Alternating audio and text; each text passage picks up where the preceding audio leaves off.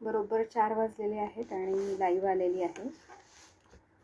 मी आपल्या सगळ्यांचं इथे स्वागत करते आणि अधिक महिन्यानिमित्त 2 दिवसांची ही मालिका आहे ग्रंथ समर्थांचे. काल आपण मनाच्या श्लोकांचा थोडासा विचार केला, मनःशांती आणि अशा काही गोष्टी. आणि आज दासबोध नियोजन कौशल्य याबद्दल थोडेसे विचार मांडण्याचा प्रयत्न करते दासबोधाच्या आधारे. तर एक मिनिट. एकंदरीतच जे संत वाङ्मय आपलं, त्या सगळ्या वाङ्मयाकडे पाहिलं की लक्षात येतं की ते कधीही जुनं होणार नाही, ते नित्य नूतन असंच आहे. आणि दासबोधही तसाच आहे अगदी. म्हणजे त्याची तर मांडणी इतकी सुंदर आहे, अभ्यासपूर्ण आहे. 20 दशक, प्रत्येक दशकात 10 समास, 200 समास आहेत एकंदर. ओव्यांची संख्या कमी जास्त आहे, पण इतक्या विषयांना स्पर्श केला आहे. म्हणजे जसं आजचं नियोजन कौशल्य मी म्हणते, एकंदर व्यक्तिमत्व विकास म्हणून पाहिलं तरी अनेक ओव्या आपल्याला मार्गदर्शन करतात. मग नियोजनामध्ये वेळेचं नियोजन आलं, आर्थिक नियोजन आलं, व्यवस्थापन कसं करावं.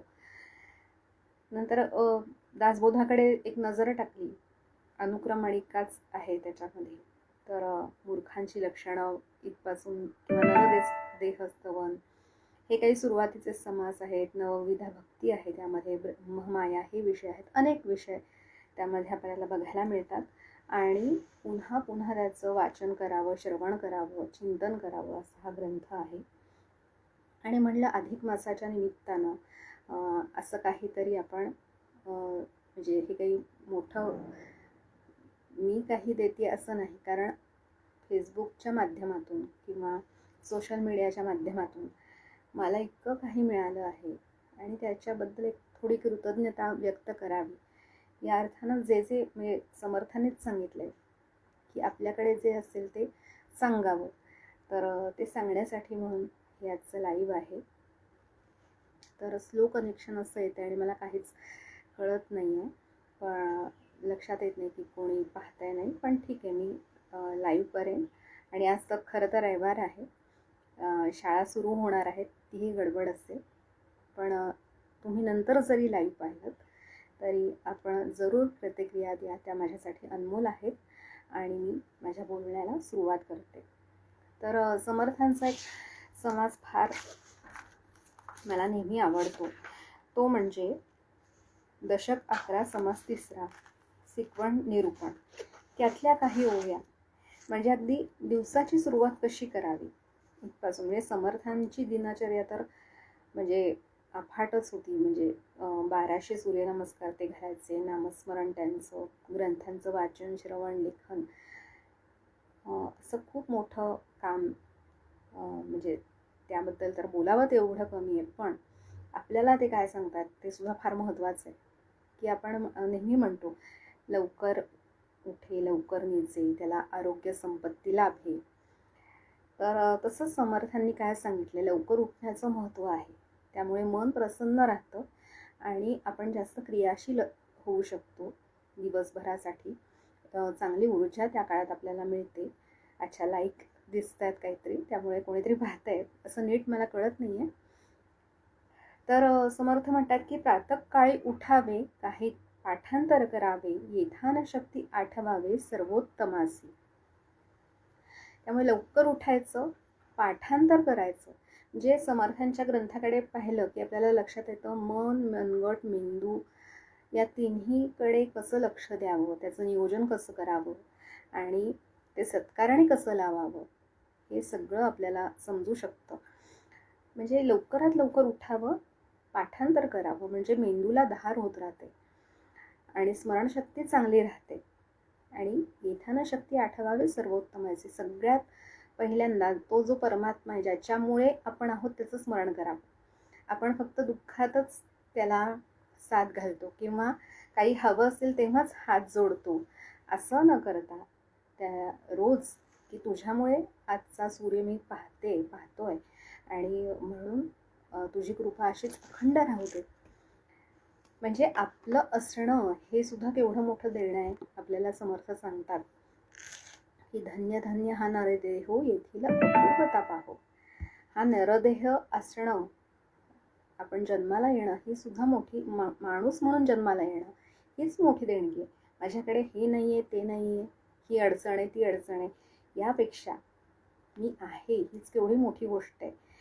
म्हणजे तुम्हाला साजन चित्रपटातला संजय दत्त, त्याची मला इथे त्या भूमिकेची आठवण होते की तो थोडा एका पायानं अधू दाखवलाय पहा. आणि तो जाब विचारतो चर्चमध्ये जाऊन की माझ्याच बाबतीत हे का, आणि त्या क्षणी त्याला उत्तर मिळतं म्हणजे काय, देव असा अगदी समोर येऊन प्रकट होऊन बोलायला लागतो किंवा आकाशवाणी होते असं नाही. त्या क्षणी त्याला एक व्यक्ती अशी दिसते की जी व्हीलचेअरवर आहे. मग व्हीलचेअरपेक्षा एक त्याला काठी धरावी लागते. हे त्या मानाने अडचण त्याच्या दृष्टीने कमीच आहे. त्यामुळे अशा रीतीने त्याला ते उत्तर मिळतं. त्यामुळे आपलं जर शरीर धडधाकट असेल तर त्यासारखी देणगी नाही. हे समर्थ आपल्याला त्यातून त्याची जाणीव करून देतात. आणि सिर सलामत तो पगडी 50 हे पण आहे ना. आणि म्हणून ते एका ठिकाणी असं पण म्हणतात की म्हणजे मूर्खांची लक्षणं या ठिकाणी त्यांनी असं सांगितलंय की औषध न घे असो न व्यथा, पथ्य न करी सर्वथा, न मिळे आलिया पदार्था तो एक मूर्ख.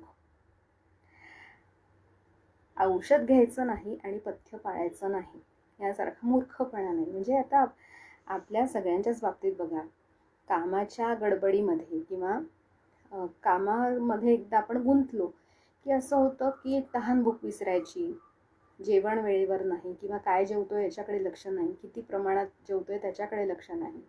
मग आपल्याला पथ्य आहेत त्याचं पालन होतं आहे का.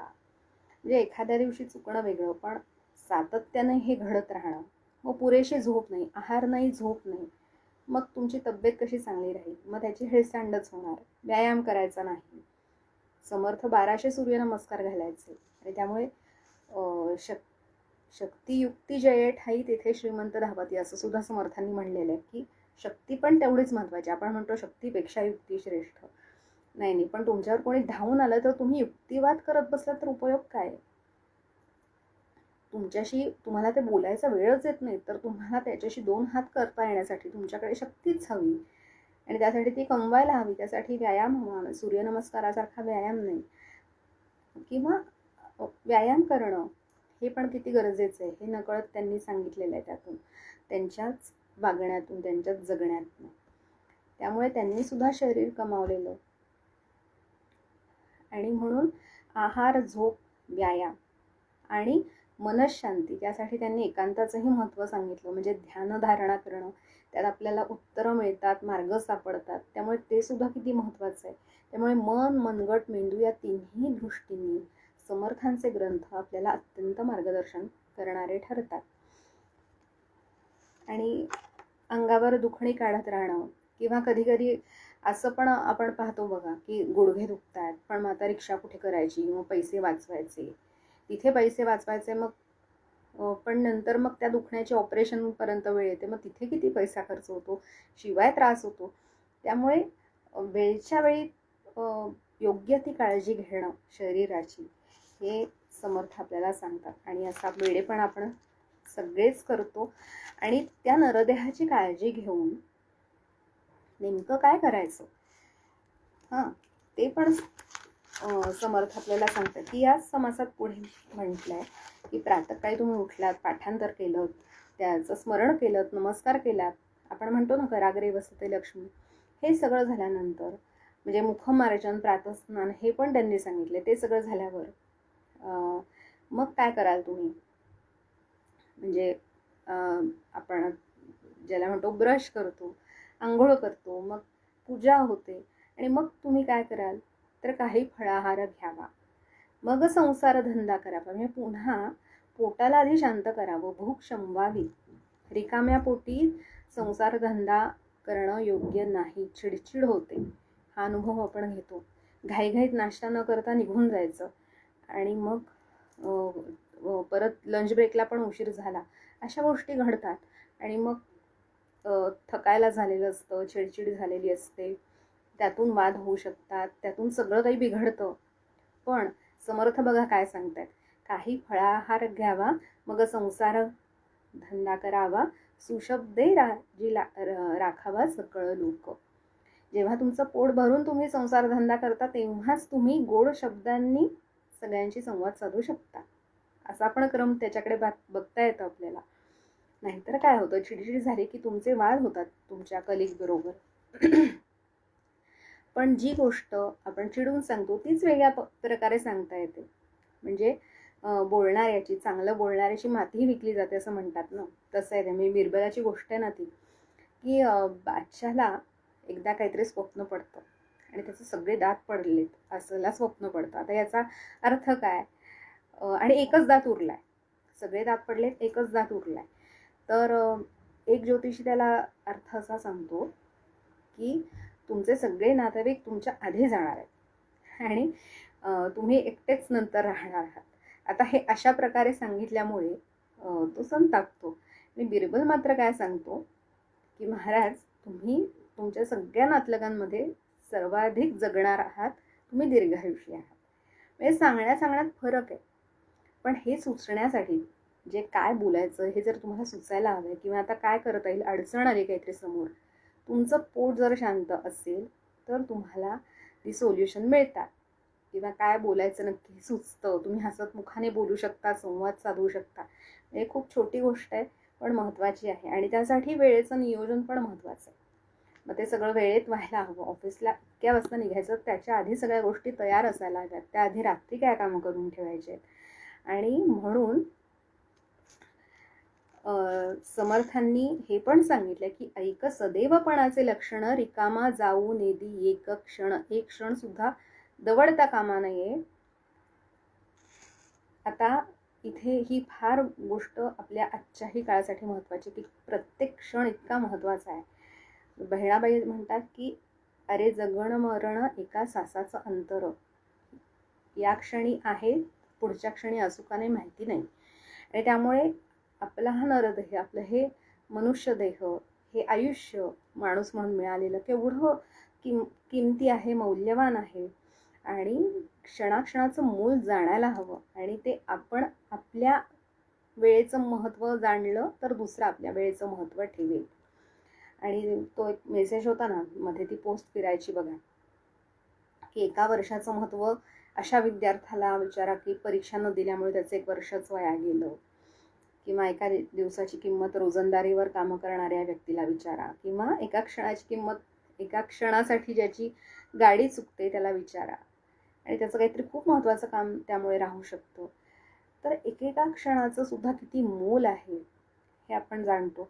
आणि म्हणून मला अजून एक इथे गोष्ट आठवते, नुकतीच समोर आली होती, ती सांगते तुम्हाला.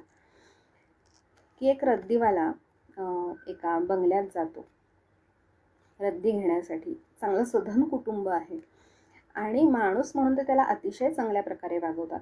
म्हणतात, हां तुम्ही रद्दी घ्यायला आलात का, बसा हां जरा, तुम्हाला पाणी हवं आहे का, मग त्यांच्या घरातली मदतनीस पाणी वगैरे पण विचारते, देते, आणि तो बसून असतो. आणि मग तेवढ्यात काय होतं, ड्रायव्हर येतो, किल्ली घेऊन जातो, म्हणतो मी गाडी पुसून ठेवतो वगैरे, तयार ठेवतो. मग त्यांच्या घरी काहीतरी लग्न कार्य असतं, त्या मुलीला मेहंदी काढायला एक मुलगी येते, हां तिला पाठवत, हां ती तयार आहे, वर जातो मी. मग कोणीतरी लायब्ररीची पुस्तकं घ्यायला येतं, ती वरती काढून ठेवलेली असतात. मग ते म्हणतात, हां तुमची पुस्तकं काढून ठेवली आहेत आणि सांगितलेली तुम्ही आणलेत का बरोबर, मग द्या वगैरे. हा संवाद तो बघतो. मग पाणी घालायला माळी काका येतात, मग ते कुठली मागच्या दाराची किल्ली घेऊन लगेच त्यांच्या कामाला निघून जातात. हे सगळे त्यांच्या कामासाठी येतात आणि त्यांच्या कामाला लागतात, हे पाहतात. आणि मला इथे बसवून ठेवलंय, एवढ्या वेळात म्हणे माझी 2 घरं झाली असती. ते शेवटी न राहून त्या घरमालकांना विचारतात की तुम्ही सगळ्यांना त्यांच्या कामातनं मोकळं केलं आणि मला बसावं लागलं, जरा वाट पाहावी लागली, तर असं का? तर ते म्हणाले, अहो त्या सगळ्यांनी त्यांची वेळ दिली होती, 10, 10:15, आणि तुम्ही म्हणाला तो उद्या सकाळी येऊन जाईन, त्यामुळे आम्ही काही तुमची रद्दी काढून ठेवली नाही, पण आता तुम्ही म्हणला होता येऊन जातो, तर आलाय तर आता आम्ही रद्दी काढतो. त्यामुळे ज्यांनी वेळ दिली होती त्यांच्या कामाला यांनी प्राधान्य दिलं. मग चुकलं कुणाचं? ज्यांनी स्वतःच्या वेळेला महत्त्व दिलं नाही त्यांचं चुकतं ना. आपणच आपल्या वेळेची किंमत ठेवली नाही तर समोरचा का बरं ठेवली? आणि त्यातून त्या रद्दीवाल्याला आपल्या वेळेचं महत्त्व कळतं आणि मग जो धडा मिळायचा तो मिळतो. तर आपणही यातनं घेण्यासारखं आहे. म्हणजे मध्ये माझाही एक अनुभव या निमित्तानं सांगते की आपला फेसबुकचा मेसेंजर असतो आणि तिथे एका व्यक्तीचा मेसेज आला. म्हणजे आदल्या दिवशी माझा बाहेरगावी कार्यक्रम होता, निवेदन केलं होतं आणि त्यांचा मेसेज आला की तुमचं निवेदन आवडलं, छान झालं वगैरे. ते कनेक्ट होऊ इच्छित होते माझ्याशी फेसबुकवर. धन्यवाद वगैरे, इथे तो संवाद संपला. परत दुसऱ्या दिवशी त्यांचा मेसेज आला आणि त्यांनी असं लिहिलं होतं की मला तुमच्याकडनं मार्गदर्शन हवं आहे आणि म्हणून 4-5 प्रश्न त्यांनी पाठवले होते सादरीकरणासंदर्भात. आणि मग मी रात्री त्याला रिप्लाय केला की ह्याचं उत्तर मी कार्यशाळेत देत असते, या शंकांचं निरसन कार्यशाळेत होत असतं. ते म्हणाले, काय मॅडम तुम्ही एवढा उशिरा रिप्लाय केलात? आता मी त्यांना सरळ लिहिलं, अहो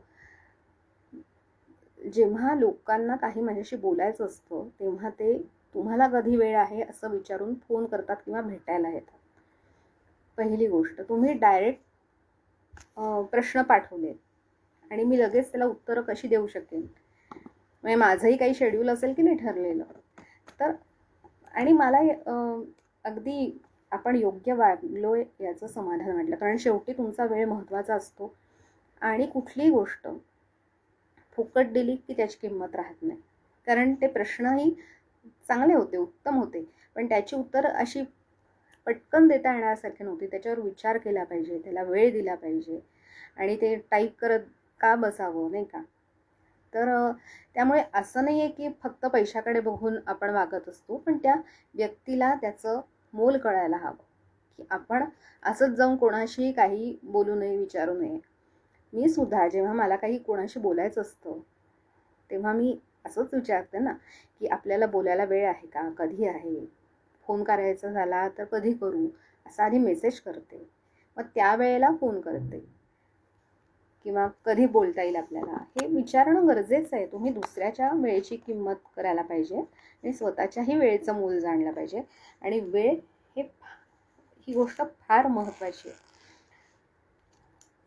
आणि म्हणून समर्थांनी हे पण सांगितलंय की ज्याचा जो व्यापार तेथे असावे खबरदार, दुश्चितपणे तरी पोरं वेढा लावी. मला असं वाटतं की हे सावधान असणंच आहे की कोणीही यावं आणि आपल्याला काही विचारत बसावं, आपला फायदा घ्यावा. किंवा कोणी विचारतात की जरा हे लिहून द्याल का, म्हणजे अहो 4 तर ओळी लिहिल्या आहेत, तुम्ही काय माईक समोर आलात की बोलायला लागत. त्यांना वाटतं ह्याला काही भांडवल लागत नाही, पण विचार करायला वेळ द्यावा लागतो, वाचावं लागतं. काय वाचायचं, काय नाही वाचायचं, कशावर विचार करायचा, नेमकं काय उदाहरण द्यायचं, समोरचा ऑडियन्स काय आहे. आणि हे अनेक वर्षांचा याच्यामागे नाही म्हणलं तरी अभ्यास असतो कुठल्याही कलेच्या बाबतीमध्ये.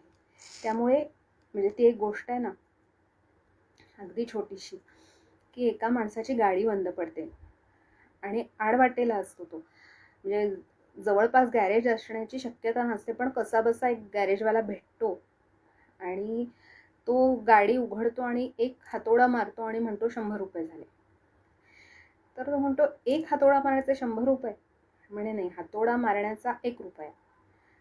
हां, पण कुठे मारायचं याचे 99 रुपये. शेवटी तुमचं जे स्किल असतं, तुम्ही त्याला काय वेळ दिलेला असतो, तुमच्यामध्ये काही गोष्टी उपजत असतात, त्या सगळ्याचं मोल हे समोरच्याला कळलं पाहिजे. त्याची जाणीव तुम्ही करून दिली पाहिजे, आधी स्वतः ठेवली पाहिजे. त्यामुळे नेहमी खबरदार असलं पाहिजे, आपला कोणी गैरफायदा घेत नाही ना. किंवा आजकाल CCTV ठेवले जात आहेत, लावले जात आहेत, तो त्याचाच एक भाग आहे. म्हणजे वाईट प्रकारे लोक वागतात याचंही ते चिन्ह आहे, म्हणून CCTV लावावे लागतात. बहिणाबाईंचीच एक कविता आहे की कुल्प का घडली, तिजोऱ्या का करावे लागल्या, कारण चोर आहेत जगामध्ये, म्हणून CCTV पण त्याच कारणासाठी आहे, खबरदारी म्हणून. वॉचमन का असतात, त्यासाठीच असतात. पण ते खबरदार राहायला लागतं, नाईलाजानं का असेना. कारण सगळेच लोक सज्जन नसतात. हेतू कोणाचे काय आहेत ते आपल्याला ओळखता पण यावे लागतात. आणि म्हणून या कारणे सावधान एकाग्र असावे मन, तरी मग जेविता भोजन गोड वाटे. आपण आपलं काम चोख बजावलं, एकाग्रतेनं केलं तर या गोष्टी कळतील. आपल्या दुकानात कोण आला, कोण गेला, QR कोड त्यांनी नीट स्कॅन केला का, नक्की आपल्याकडे पैसे आले का, हे सगळं बारकाईनं आपलं लक्ष हवं किंवा तशी योजना असायला हवी. तर आपलं नुकसान होणार नाही व्यवसाय धंद्यामध्ये. म्हणजे ज्याचा जो व्यापार आहे त्या संदर्भात तुम्ही ते लावून पाहू शकता. तरच आपल्याला शांतपणे दुपारचं जे भोजन आहे ते आपल्याला गोड वाटेल. मग भोजन झाली यावरी त्यांनी दिनचर्याच दिली चक्क. काही वाची चर्चा करी, एकांती जाऊन विवरी नाना ग्रंथ. मी म्हणलं तसं एकांतात जाणं पण महत्त्वाचं आहे. मी टाईम ज्याला आपण आज म्हणतो तोही महत्त्वाचा आहे. आणि काही वाचायचं, त्याच्याशी चर्चा करायची. कारण सगळेच प्रश्न किंवा सगळ्याचेच अर्थ आपल्याला लागतात असं नाही. कोणीतरी अजून जाणकार असतं किंवा त्याला काही शंका असतात, त्याचं निरसन आपण करू शकतो. म्हणून सुसंगती पण महत्त्वाची आहे. आणि मग चर्चा जशी महत्त्वाची आहे तसं एकांतात त्याचं चिंतन होणं सुद्धा महत्त्वाचं आहे. आणि हे ग्रंथ म्हणजे काय, तर फक्त धर्मग्रंथ अशा अर्थानं नाही आहे, तर तुम्ही ज्या क्षेत्रातले आहात तेच पुढे सांगतात समर्थ की ऐक सदैवपणाचे लक्षण, रिकामा जाऊन येदी एक क्षण, प्रपंच व्यवसायाचे ज्ञान बरे पाहे. प्रपंच व्यवसायाचं ज्ञान हे पाहत राहावं लागतं. म्हणजे त्याचा सुद्धा संदर्भ ठेवावा लागतो सतत. तुम्ही अपडेट राहावं लागतं. हे सुद्धा समर्थांनी सांगितलेलं आहे. कुठलंही क्षेत्र असू दे, म्हणजे आता जे सॉफ्टवेअर क्षेत्रात आहे किंवा कुठल्याही क्षेत्रात आहे, AI आता सगळ्यांना गरजेचं आहे. त्यामुळे AIला नावं ठेवण्यापेक्षा ते कौशल्य तुम्ही बाणवलं तर त्याचा तुम्हाला फायदा कसा होईल, त्यामुळे तुम्ही जास्त कौशल्य कसं आत्मसात करू शकाल याच्याकडे आज लक्ष देणं गरजेचं आहे. कारण ते आता आलंय तर आलंय, त्याचे तोटे काय ह्याच्यावर चर्चा करण्यापेक्षा ते आपलंसं करणं हे आज गरजेचं झालेलं आहे. हे आत्ताचं उदाहरण सुद्धा इथे लागू होतंय, हे लक्षात येईल आपल्या.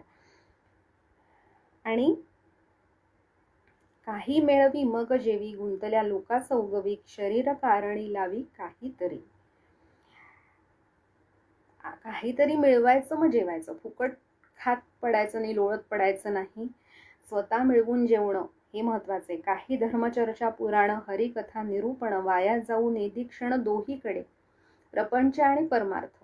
म्हणजे तुमच्या म्हणजे तुमचा प्रपंच संसार आणि त्याचबरोबरीने कुटुंबाबरोबरचा वेळ आणि त्याचबरोबरीने तुमचा व्यवसाय आणि याचबरोबर त्याला कुठेतरी श्रद्धेचं अधिष्ठान असणं हे पण महत्त्वाचं आहे. आध्यात्मिक मार्गही अवलंबणं त्याच वेळेला गरजेचं आहे. या दोन्ही गोष्टी एकत्र करायच्यात. आधी प्रपंच नेटका, मग परमार्थ विवेका. मग म्हणजे प्रपंचाला प्राधान्य द्या, पण परमार्थही हवाच आहे, तो गरजेचाच आहे. म्हणजे वर्क लाईफ बॅलन्स ज्याला म्हणतात तो त्यामध्ये संतुलन असणं किती गरजेचं आहे हे समर्थांनी सांगितलंय. ऐसा जो सर्व सावध, त्याचा कैसा असेल खेद, विवेके तुटला संबंध देह बुद्धीचा. आहे तितुके देवाचे, ऐसे वर्तणे निश्चयाचे, मूळ तुटे उद्वेगाचे येणे रीती. आपल्याला उद्वेग कशामुळे होतो की हे माझं आहे, हे मला हवंय, हे मी केलंय.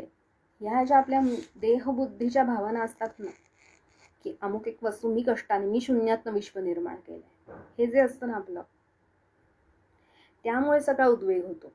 पण हे सगळं देवाचंच आहे. श्री कृष्णार्पणमस्तु असं म्हटलं की ती सगळी ओझी आपण टाकून देतो. पुन्हा एक गोष्ट तुम्हाला सांगते की एक मनुष्य त्याच्या गुरुदेवांना म्हणतो, मला जर आता देवाचं करावं असं वाटतं, मला भक्ती मार्गाला लागावं असं वाटतं, पण मला प्रपंचाने धरून ठेवलेलं आहे, तर मी काय करू मला सांगा. तर गुरुदेव म्हणतात उद्या 10 वाजता भेट.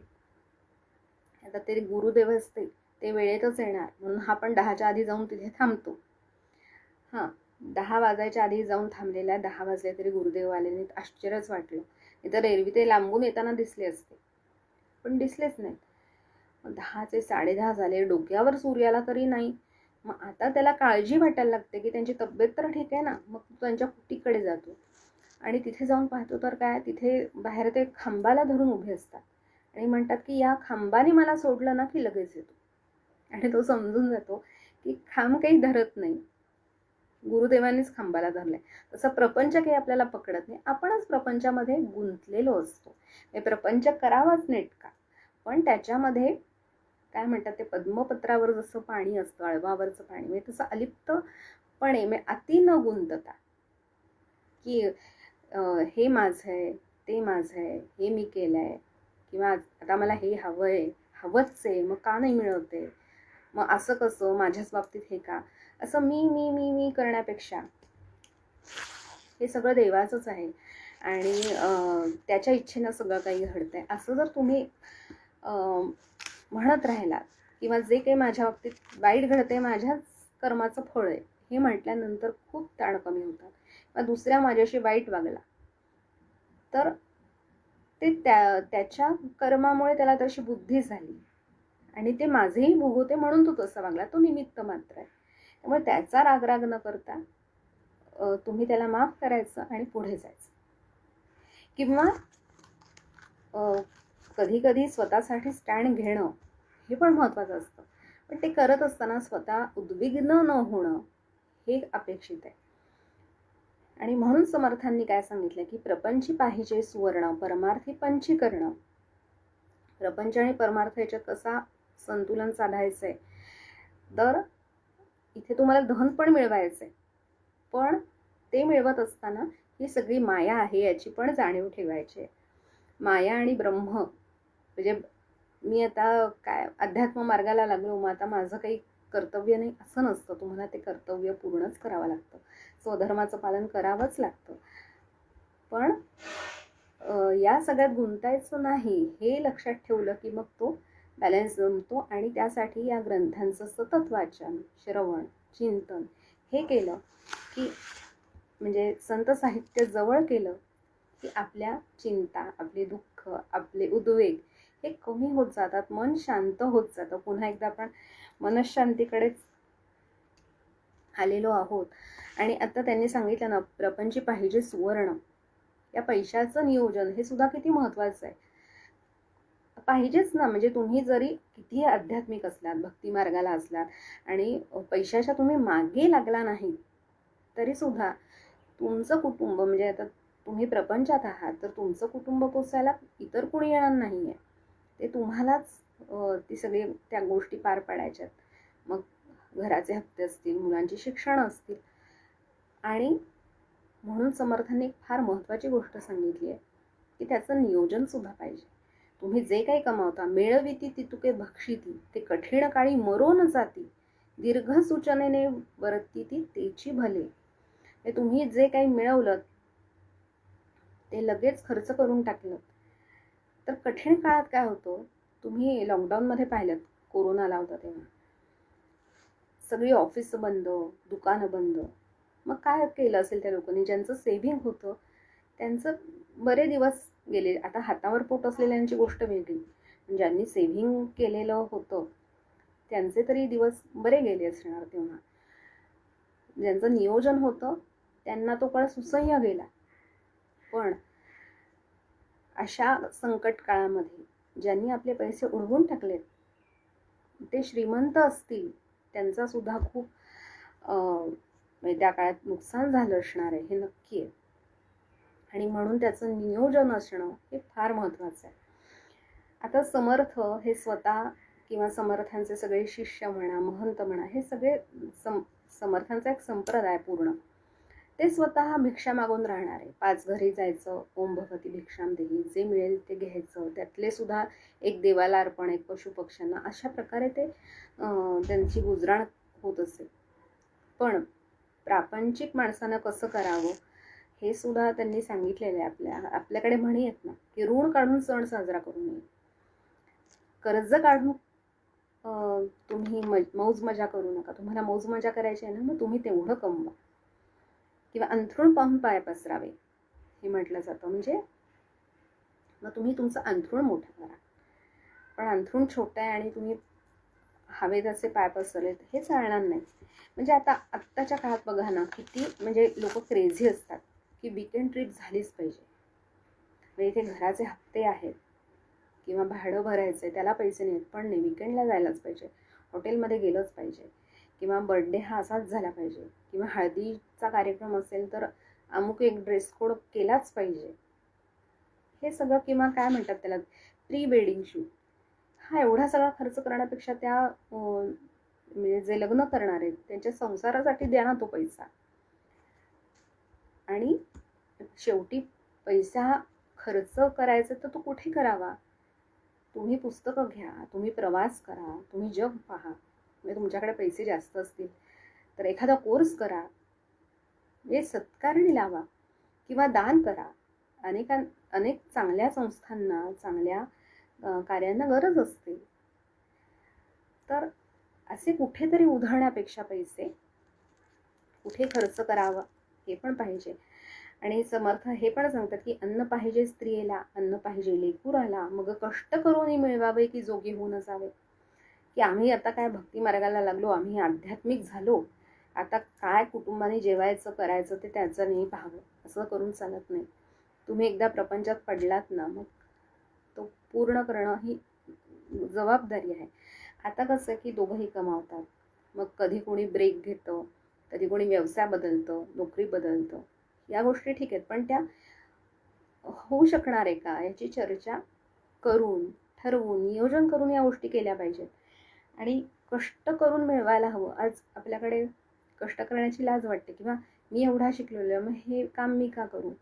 पण काही जण जे अगदी इंजिनियर वगैरे असतात आणि ते चहाचाही स्टॉल टाकतात आणि त्यातून भरपूर नफा कमावतात. म्हणजे नोकरी मिळत नाही म्हणून रडायचं का, हातपाय हलवायचे. किंवा काही म्हणतात की छे मी काही सुगरण नाही आहे, मला काय असं मोदक, पुरणपोळी अशा काही गोष्टी जमत नाही, मी काही सुगरण नाही, किंवा एवढे वडे तळत बसणं हे काय आपल्याने होणार नाही. अरे पण खूप पर्याय असतात. मग तुम्ही साधी भेळ करा, त्याला गॅस लागत नाही. म्हणजे ज्याला करायचं आहे त्याला कुठलाही व्यवसाय करता येतो. हे कारण काय आहे, पैसा कशासाठी लागतो? द्रव्य पाहिजे लग्नाला, द्रव्य पाहिजे घराला, ते तुम्हाला कोणी हातात आणून देणार नाही आणि देऊही नाही ना. आपण स्वाभिमानानं जगायला पाहिजे.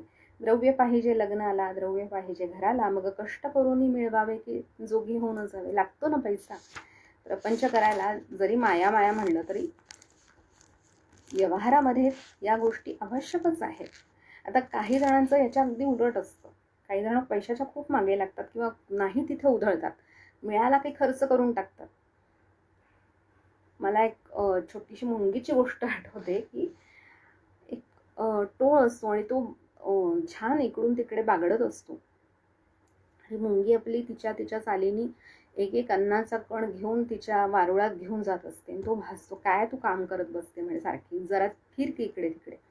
ती म्हणते नाही, आता हे दिवस संपले की मग उन्हाळा येईल, मग मला काही बाहेर पडता यायचं नाही, मग आत्ताच मी सगळं भरून ठेवते.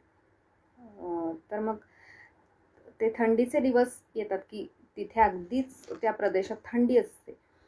मग टोळाची होते पंचायत, मग मुंगीच त्याला मदत करते. पण ती म्हणते आता मी काही रोज मदत करू शकणार नाही, कारण माझ्या घराला त्याची गरज आहे. मग हा बिचारा उपाशी राहतो. त्यामुळे अशीही लोक असतात की टोळासारखी त्या, की ते पैसे म्हणजे त्यांचं सगळं उधळून देतात. आणि काही जण असे असतात की उठसूट दान करून टाकतात. म्हणजे असं म्हणतात ना की जेवायचं एक वेळ ताट द्यावं, पण बसायचा पाठ देऊ नये. त्यामुळे सत्पात्री दान हवं. दान करणं ही चांगली गोष्ट आहे, पण कोणाला करतोय आणि आधी आपलं पोट भरलंय का हे पण पाहणं महत्त्वाचं आहे. म्हणजे आता काही जण कष्ट करतात पण त्याचे पैसेच घेत नाही. म्हणजे गाणं शिकवतात, नाही माझी काही अपेक्षा नाही किंवा मला ती गरज नाही. माझं असं म्हणणं आहे की तुम्ही फुकट दिलत ना त्याची कोणालाही किंमत नसते. तुम्ही त्या क्लासची फी घ्या. आणि मी म्हणलं तसं की पुस्तकं, शिक्षण याच्यावर पैसा खर्च करावा तेवढा कमी. तुम्ही शिकत राहा, तुम्ही जग पाहत राहा, त्यासाठी पैसे लागणारच आहे. आणि ते जर नाही तर योग्य ठिकाणी दान करा, ज्यांना ते पैसे वाचवून काही त्याची किंमतच राहणार नाही आहे. अशांना तुम्ही फुकट शिकवू नका. किंवा अशांसाठी फुकट कलेचं सादरीकरण करू नका. आणि म्हणून मोबदला घ्यावा आणि तो योग्य प्रकारे त्याचा विनियोग करावा, असं माझं नेहमी मत असतं. आणि ते निमित्ताने मी मांडते. त्यामुळे कष्ट कराल तर मोबदला घ्या. आणि कष्टसुद्धा, समर्थांची पुढची ओळी मला यासाठी की कष्टसुद्धा योग्य दिशेनं केले पाहिजेत, प्रयत्न योग्य दिशेनं केले पाहिजेत. म्हणजे उदाहरणार्थ तुम्हाला विहीर खोदायचे, तर तुम्ही इकडे एका ठिकाणी खड्डा खणून पाहिलात, अरे इथे पाणी आहे का, मग तिथे खणू, मग तिथे खणू, प्रयत्न केले पाहिजेत, हे आपल्या डोक्यात असतं. पण योग्य दिशेनं करायचं असेल तर मग ज्याला त्याचं ज्ञान आहे की पाणी कुठे लागतं, हां इथे पाणी लागतं हे कळणारा जो तज्ज्ञ आहे त्याला बोलवा. त्याला 4 पैसे द्यावे लागतील, पण तुमचे कष्ट, तुमचा वेळ, तुमची मेहनत कितीतरी पटींनी वाचेल. तर अशा वेळेला पैशाचा विचार न करता योग्य तो तज्ज्ञ बोलवावा, मग विहीर खणावी. हा साधा उपाय आहे. म्हणजे हे एक उदाहरण दिलं. त्यामुळे योग्य दिशेनं प्रयत्न केले पाहिजेत. आणि पण आपलं तसं होत नाही, म्हणून अचूक यत्न करवेना म्हणून केले ते सज्जेना, आपला अवगुण जाणवेना काही केल्या. आणि समर्थ पुढे म्हणतात की पुढे म्हणजे मी काही क्रमाने ओव्या घेतल्या नाहीयेत. जशा ओव्या म्हणजे त्या विषयानुसार आठवत गेल्या तशा मी लिहिलेल्या आहेत. अवगुण सांडिता जाती, उत्तम गुण अभ्यासिता येते. अवगुण हे काढून टाकता येतात, त्याच्यावर स्वतःवर काम करता येतं. आणि उत्तम गुण पण जोपासता येतात, चांगल्या सवयी लावून घेता येतात. आणि असंच अजून काय सांगितलंय, म्हणजे गुणांवरती काम करायला हवं, तसंच तैसे ज्ञाने म्हणजे शिकत राहणं हे पण महत्वाचं आहे. आणि हे सगळ्यांसाठीच सांगितलं, असं नाही की विद्यार्थ्यांसाठी. माणसाने आयुष्यभर विद्यार्थी राहावं म्हणजे काय, हे समर्थ सांगतायत की तैसे ज्ञाने तृप्त व्हावे, त्याची ज्ञान जनास सांगावे, तर ते न बुडो नेदावे बुडतयासी. आपण ज्ञान मिळवत राहावं आणि इतरांना ते देत राहावं. जितके काही आपणासे ठावे, तितके हळूहळू शिकवावे, शहाणे करून सोडावे बहुत जन. दुसऱ्यांना सांगितल्यामुळे आपली एकतर उजळणी होते आणि आपण त्यामध्ये पक्के होतो, हे पण आहे. आणि ते कसं शिकवावं हे पण सांगितले की मुलाच्या चालीने चालावे, मुलाच्या बोलीने बोलावे, मानत मानत शिकवावे सकळ काही. म्हणजे आपण कोणाला शिकवतोय त्याच्या चालीनं चालायला हवं. पहिलीतल्या मुलाला त्याचं काय झालं माहिती का, अशा टोनमध्ये तुम्ही बोललात तर त्याला कळेल का, काल कुठली गोष्ट सांगितली होती आठवते का तुला, मग कालची कविता म्हणायची का आपण परत, असं आपण हळूहळू बोलतो की नाही, त्याच्या चालीनं त्याला समजेल असं त्याच्या कलानं घ्यावं लागतं. आता ऑडियन्सच्या बाबतीत सुद्धा आम्ही ज्या गावात जातो बोलायला, काही सांगायला, तर समोर कोण बसलेत, कुठल्या वयोगटाचे आहेत, त्यांचं साधारण शिक्षण काय आहे, त्यांचा कुठल्या परिस्थितीतून ते आलेले आहेत, हे सगळं बघून, किंवा कधी शाळेतली मुलं असतात, कधी कॉलेजची मुलं असतात, कधी फक्त महिला असतात, तर त्यांची एकूण सगळ्या म्हणजे त्या समूहाची म्हणून एक देहबोली असते, किंवा त्यांची एक म्हणून एकत्र म्हणून काहीतरी एक नस सापडते आपल्याला. ती नस कळणं फार महत्त्वाचं असतं वक्त्याला. आता लाईव्हमध्ये असं होतं ते नेमक्यापणाने लक्षात येत नाही, त्यामुळे हे पण एक आव्हान आहे. त्यामुळे मी सांगायचा प्रयत्नच करते असं म्हणायला हवं, पण तो आता संकल्प केलाय म्हणून तो पूर्ण करायचा. पण समोर प्रेक्षक असेल तर त्याची नस ओळखता येते आणि ती यायला हवी. तर तसंच शिक्षकाचा पण आहे की विद्यार्थी प्रत्येकाची गती वेगळी असते. म्हणजे आता ऑडियन्सच्या बाबतीत कसं प्रत्येक कार्यक्रमाला वेगळा प्रेक्षक असतो, पण शिक्षकाच्या बाबतीत असं असतं की तोच वर्ग असतो, तीच 50 मुलं असतात, आणि मग ती वर्षभर त्यांना शिकून शिकून माहिती होतं की ह्याची चित्रकलेत गती आहे, ह्याची गणितात गती आहे, ह्याची ही आवड आहे, त्याची ती आवड आहे, हा जरा हळू लिहितो, हा पटकन, हा खूप बोलका आहे, हा अबोल आहे. हे सगळं शिक्षकाला ओळखावं लागतं आणि मग त्याच्या गतीनं शिकवावं लागतं. तर हे शिक्षकांनाही लागू होतं. म्हणजे असं इतकं यत्न घेण्यासारखं आहे. आणि अजून आपल्याला काय करता येईल दिनचर्येमध्ये, तर दिसा माझी काहीतरी ते लिहावे, प्रसंगी अखंडित वाचित जावे. मग यात अनुभव दिवसभरात येतात अनेक, त्यातून आपण धडे शिकतो, ते धडे वाचावेत. माणसं दिसतात ती वाचावी. आणि लिहावं. कशासाठी? लिहिल्यामुळे ना मन मोकळं होतं. आणि लिहिताना आपण एकटे असतो. आपण वही आणि पेन म्हणजे तसे आपण एकटे असतो. त्यामुळे आपलं मन एकाग्र होतं आणि ते लिहिता लिहिता आपले प्रश्नसुद्धा सुटत जातात, की आपल्या दिवसभरात काय विचार आले किंवा आज काय घडलं. रोजनिशी लिहिणं म्हणतात ना, त्यातनं या गोष्टी घडतात. आणि हे असं सगळं जगत असताना समर्थ एक महत्त्वाची गोष्ट सांगतात. त्याचा उल्लेख थोडासा मगाशी पण झाला, की आहे ते देवाचे. तसंच ते असं पण म्हणतात, की मी करता ऐसे म्हणसे तेणे तू कष्टी होसी, राम करता म्हणता पावसी यश कीर्ती प्रताप. हे मी केलं असं म्हटल्यानंतर एक प्रकारचा अहंकार आपल्यामध्ये येतो, की मी करताय. आता मग हे थोडंसं ना आपल्याला गोंधळात टाकणारी ही गोष्ट आहे. म्हणजे आपल्याला असं वाटतं की आता समजा मी लाईव्ह करते, मग हे करण्यासाठी वाचन मीच केलं, त्याच्यावर विचार मीच केला, बोलते मीच. मग रामकर्ता म्हणजे नक्की काय?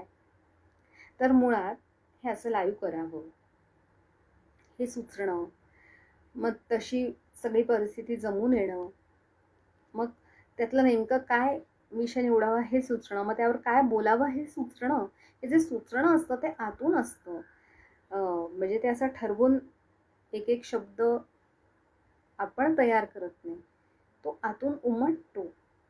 मग ही वाणी कोणी दिली, ही विचारशक्ती कोणी दिली, प्रतिभा कोणी दिली?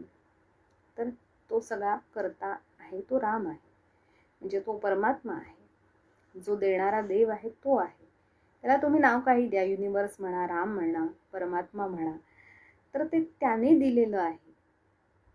आणि मीच हे केलं असं म्हणायला आपण गेलो तर खरोखर लक्षात येतं की कित्येक गोष्टी आपण वर्षानुवर्ष प्रयत्न करतो पण होत नाही. आणि ते घडायचं असेल तर ते काही ध्यानीमानी नसताना अचानक आठवड्याभरात चक्र फिरतात. म्हणजे एखादं आपल्याला घर घ्यायचं असते, अगदी आर्थिक स्थिती वगैरे सगळं उत्तम असून सुद्धा वर्षानुवर्ष घर होत नाही काहींचं. आणि व्हायचं असेल तर आठवड्याभरात चक्र फिरून व्यवहारून सगळं होऊन जातं. अशा गोष्टी आपण अनुभवतो. म्हणजेच हे सगळं काही देवाचंच आहे. आपण देवाला फूल वाहतो, ते फूल सुद्धा देवानंच निर्माण केलंय खरं तर, नाही का? त्यामुळे हे तुझंच आहे, तेच तुला देतोय अशाच भावनेनं ते द्यायला हवं. मी तुला देतोय असं नसावं. ते तुझंच आहे, ते पण त्याची जाणीव आहे मला की हे आहे तुझं आणि तुझ्यामुळे माझं आयुष्य आहे. तुझ्यामुळे हे मी जे निमित्त मात्र सुद्धा होणं आहे हे तुझ्यामुळे आहे. ही जी कृतज्ञतेची भावना आहे ती व्यक्त करण्यासाठी ते फुल वाहणं असतं असं म्हणावंसं वाटतं. आणि हे करताना सगळं काही म्हणजे आपल्याकडून ते करवून घेतलं जात असतं. ते करत असताना अजून काय आपण लक्षात ठेवायचंय, आपल्या व्यवसायामध्ये सुद्धा हे उपयोगी पडतं किंवा अगदी घरातल्या गृहिणीला सुद्धा उपयोगी पडतं. असं एक सूत्र समर्थ सांगतात की मुख्य सूत्र हाती घ्यावे. तुम्हाला संघटन जर करायचे, इतरांना शिकवायचे, म्हणजे शिक्षक असेल किंवा तुमचं कुठलंही कौशल्य असेल ते तुम्हाला इतरांना सांगायचंय, शिकवायचंय, संघटन करायचंय चांगल्या गोष्टीसाठी. मुख्य सूत्र हाती घ्यावे, करणे ते लोकाकरवी करावे. आउटसोर्स करा गोष्टी किंवा तुमचा व्यवसाय, तिथे तुम्ही मालक आहात, तुम्ही मोठ्या पदावर आहात, मॅनेजर आहात, तर तुम्ही सूत्र हाती घ्या, स्वतःच सगळं करू नका. ती कामं वाटून द्या की रिसेप्शनला कोणीतरी बसणार आहे, म्हणजे हे आपण बघतोच सगळीकडे, त्यात काही वेगळं सांगायची गरज नाही. किंवा चहा कोण करणार आहे, टेबल कोण पुसणार आहे, सगळं कंपनीचा मालक करत बसला तर प्रॅक्टिकली ते शक्य होणार नाही. म्हणजे सुरुवात तिथून करावी लागते, पण हळूहळू अगदी तुम्हाला लोक हायर करावी लागतात आणि मग सगळ्या गोष्टींचं नियोजन करावं लागतं. मग ते नियोजन जे मुख्य आहे, ते सूत्र, ते नियोजन मुख्य तुम्ही करायचं, पेपरवर्क करायचं.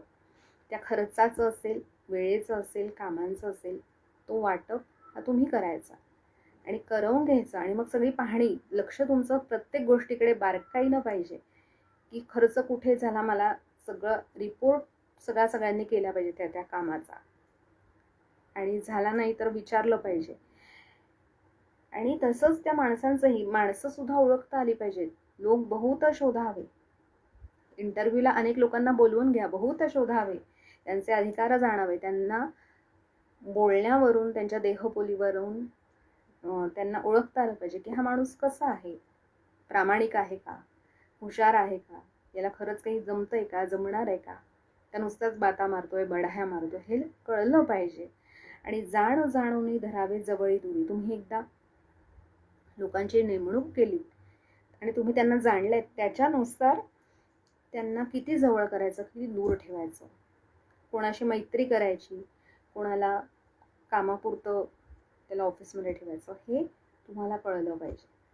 म्हणजे पुन्हा एक गोष्ट आठवते की एक शेतकरी असून त्याच्याकडे, अगदी गरीब असतो, त्याला लांबून पाणी भरून आणावं लागत असतं आणि 2च घागरी असतात त्याच्याकडे, आणि तो रोज जायचा, घागरी घेऊन पाणी भरून आणायचा, आणि करता करता त्याची एक घागर म्हणजे गळायला लागते, तिला भूक पडतं, आणि त्या घागरीलाच वाईट वाटायला लागतं की अरे हा शेतकरी इतका गरीब आहे आणि माझा उपयोग सुद्धा नीट त्याला होऊ शकत नाही, त्याच्यामुळे अर्धाधिक पाणी गळून गेल्यामुळे याला हेलपाटे पडतात पाणी भरण्यासाठी, तर तिला फार वाईट वाटतं.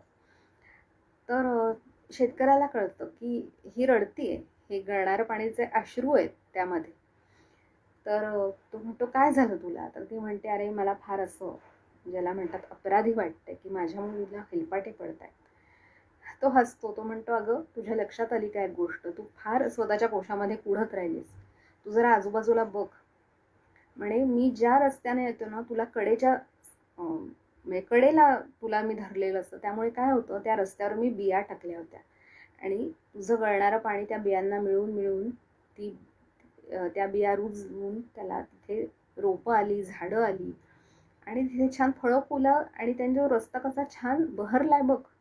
आणि ही सगळी म्हणजे तुझी किमया आहे खरं तर, म्हणजे तू गळल्यामुळे हे घडून आलंय, हे लक्षात येते का. म्हणजे सगळ्यातनं चांगलं कसं वेचायचं, गुण कसे ओळखायचे, पारख कशी करायची, की बाबा एखादा बोलका आहे तर त्याला मार्केटिंगला पाठवा, एखादा इंट्रोव्हर्ट आहे तर त्याला डेस्कवरच बसू दे, मग हळूहळू त्याच्यावर वेगवेगळ्या जबाबदाऱ्या द्या, त्याला थोडं बोलकंही करता आलं पाहिजे, त्याला थोडं शांतही, सगळंच काही बाहेर सांगायचं नाही, काय सांगायचं काय नाही हे सगळं ट्रेनिंग पण दिलं पाहिजे, त्यांच्याशी चर्चा केली पाहिजे.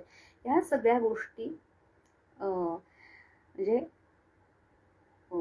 ज्याला म्हणता येईल हँडल करता आल्या पाहिजे. जो मुख्य संघटक आहे, जो मुख्य सूत्रधार आहे त्या व्यक्तीला, हे समर्थ सांगतात.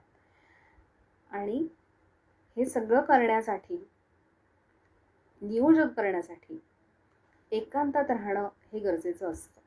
समर्थ स्वतः एकांतात राहायचे, किंवा तुकाराम महाराज भंडाऱ्यावर जायचे, काहीतरी सुचण्यासाठी, नवनिर्मिती घडण्यासाठी, मग ती संगीतकाराला चाल सुचणं असू दे, लेखकाचं लिहिणं असू दे, त्याला एक त्याची स्पेस लागते, एकांत लागतो. सारखंच तुम्ही जनसंपर्कात असाल तर तुम्ही स्वतःची निर्मिती कधी कराल, आणि त्यासाठी मुळात सुचेल कधी, सुचलेलं लिहायला कधी मिळेल. यासाठी तुम्हाला एकांतात जाणं पण महत्त्वाचं असतं. एकांती विवेक ठाई पडे, एकांती यत्न सापडे. एकांत म्हणजे एकांतामध्ये मार्ग तुम्हाला सापडतात. प्रयत्न कुठल्या दिशेनं करावा, अचूक यत्न करवे ना, हे मगाशी समर्थ म्हणाले की नाही, तुम्हाला योग्य प्रयत्नच करता येत नाही. प्रयत्न करता पण योग्य दिशेनं केला नाही तर त्याचा उपयोग नाही. त्यामुळे तो मार्ग सापडण्यासाठी तुम्ही एकांतात शांत बसणं, लिहून काढणं, रोज काहीतरी लिहावे, की लिहून काढणं की माझी समस्या काय आहे, मग त्याला मार्ग कसा सापडणार आहे, काय काय मार्ग असू शकतात. तुम्ही शांत बसाल, विचार कराल, दीर्घ श्वास घ्याल, विचार कराल आणि एक एक मुद्दा लिहून काढाल तर तुम्हाला तो मार्ग सापडणार आहे. आणि ते उदाहरण कोणाचं देतात माहिती आहे का, पानावरच्या अळीचं. पर्णाळी पाहोन उचले, ती एक एक पाऊल बघून चालते, पानावरून जाताना सुद्धा ती विवेक ठेवते. जीवसृष्टी विवेके चाले, जीवसृष्टीतला प्रत्येक घटक हा विवेकानं चालत असतो त्याच्या परीनं. आणि पुरुष होऊन भ्रमले त्याची काय म्हणावे. पण तुम्ही मनुष्य जन्माला येऊन नरदेह धारण करून सुद्धा गडबडून गेलात, तुम्हाला गोंधळून गेलात तर कसं चालेल. माणूस आहात, तुम्हाला बुद्धी आहे, त्याचा वापर करा. त्यासाठी एकांतात राहा, शांत बसा आणि विचार करा. तर असं सगळं समर्थांनी आपल्याला सांगितलं की कसं नियोजन करावं. आणि हे सगळं करत असताना आपला समाजातील म्हणजे एकांतात जरी राहिलो तरी पुन्हा समाजात जाणं असतंच आपलं. दुसऱ्यांशी संपर्क येतोच. मग त्या प्रत्येकाशी वर्तन कसं असावं. म्हणजे कधी कधी आपण कठोर बोलतो, म्हणजे उद्धटाचे उद्धट व्हावे हे पण आहेच, पण विवेकबुद्धी तिथे पण असावी. उदाहरणार्थ, हेतुपूर्वक कुणालाही त्रास देणं हे चुकीचं आहे. किंवा नकळत का होईना काहीतरी आपण बोलून जाताना विवेक ठेवायला हवा. आणि हा विचार करायला हवा, काय विचार करायला हवा, की आपण असं चिमटा घेतला तेणे जीव दुखावला, आपल्यावरून दुसऱ्याला राखीत जावे. आपण कुणाला तरी चिमटा काढून विसरून नाही जाऊ, पण ते करत असताना खरं म्हणजे आपल्याला हे लक्षात यायला पाहिजे की आपल्याला कोणी चिमटा काढला तर आपल्याला किती त्रास होईल, आपल्याला वेदना होईल, आपल्याला कळेल, आस होईल. आणि चिमटा हे एक उदाहरण. तसंच आपल्याशी कोणी असं वर्तन केलं तर आपल्याला आवडलं असतं का. हे प्रत्येक गोष्ट इतरांशी वर्तन करताना याची जाणीव ठेवली पाहिजे, असं आपल्याला समर्थ जाणीव करून देत आहेत, लक्षात आणून देत आहेत. म्हणजे व्यासांनी सुद्धा पाप आणि पुण्य, सत्कर्म आणि पापकर्म याच्या व्याख्या काय सांगितल्यात. तर परोपकार हा पुण्याय पापाय परपीडना, म्हणजे इतरांना मदत करणं हा परोपकार म्हणजेच पुण्य. म्हणजे असं पाप पुण्य म्हणजे दुसरं काही नाही. आणि आपल्यामुळे दुसऱ्याला त्रास होणं म्हणजे पाप. म्हणजे हेतुपूर्वक तुम्ही जर दुसऱ्याला त्रास दिला म्हणजे जसं मी म्हटलं की वेळेचं मोल, आपल्या वेळेचं मोल जाणलं पाहिजे तसं दुसऱ्याच्याही जाणलं पाहिजे. दुसऱ्याला बोलवलंय 10 वाजता आणि 11 वाजता जातात लोक, 11, 12, आणि कळवतही नाही. तो माणूस वाट पाहतोय, मग हा त्रासच नाहीये का. तर त्या त्रासाची जाण. आणि मग तेव्हा आपण लक्षात घेतलं पाहिजे की आपल्याला कोणी असं तात्काळ ठेवलं तर आपल्याला कसं वाटेल. लोक म्हणतात आम्ही कुणाचं वाईट केलंय, पण या छोट्या छोट्या वाटणाऱ्या गोष्टी असल्या तरी यातनं आपण इतरांना त्रास देत असतो, हे पाप करत असतो आणि त्याचीच फळ आपण भोगत असतो. म्हणजेच आपण कुणाचं तरी वाईट करत असतो, हे अनेकांना लक्षात येत नसतं. आणि आपण त्यापैकीच आहोत. या नाही तर दुसऱ्या बाबतीत काहीतरी असं आपल्याकडनं घडत असतं. पण ते सजगपणे पाहिलं पाहिजे की आपण नेमकं काय करतोय, काय वागतोय. आणि ही आपल्या सगळ्यांसाठीच उजळणी आहे, करत करतच राहावी लागते. त्यामुळे शक्य तितकं दुसऱ्याचाही विचार करून आपलं वर्तन असेल तर मग जसं ज्ञानेश्वर माऊली म्हणतात की भूतां परस्परे जणू मैत्र जीवांचे. तर आतून ते धागे एकमेकांबद्दल, ते प्रेम, ती आपुलकी वाढीस लागेल आणि मग ते नातं सलोख्याचं होईल. नाहीतर लोक बोलणार नाहीत पण त्यांना आत त्रास झालेला असतो. आणि मग ती जी स्पंदनं असतात, त्या विचारांच्या लहरी, त्या कुठेतरी आपल्याला येऊन त्रास देतात. तीच फळं तेच आपले भोग असतात. आपल्याला प्रश्न पडतो आपण कोणाचं वाईट केले. अरे केलंय बाबांनो, केलेलं असतं. त्यामुळे सजगपणे, एकाग्रपणे प्रत्येक शब्द उच्चारणं, प्रत्येक व्यवहार करणं हे महत्त्वाचं आहे. स्वतःच्या वेळेचं, पैशाचं, कष्टाचं सगळ्याचं मोल ठेवायचं, तसंच दुसऱ्याचंही ठेवायचं. तर सगळा आनंदी आनंद होईल आणि तसाच तो व्हावा अशी आपण प्रार्थना करूया. रामराया चरणी, समर्थांच्या चरणी. जय जय रघुवीर समर्थ. थांबते. धन्यवाद.